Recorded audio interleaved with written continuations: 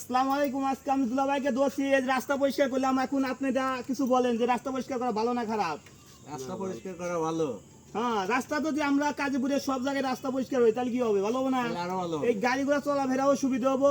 আর এই জঙ্গলের মধ্যে কিন্তু ডাকাতরা বসে থাকে, হ্যাঁ, গাড়ি আলাদা টান ছিনতাই করে, অনেক টাকা পয়সা লুটতাজ করে। আমরা কিন্তু 1/2 কিলোমিটার মতো রাস্তা পরিষ্কার করছি। আর আমাদের টিমের লোক কিন্তু কাজীপুর থেকে শুরু করে সিরাজগঞ্জ পর্যন্ত সব জায়গায় রাস্তা পরিষ্কার করা শুরু করে দিয়েছে। দুলা, আপনারা কিছু বলেন? রাস্তা পরিষ্কার করার উদ্যোগ নিচ্ছে ভালো।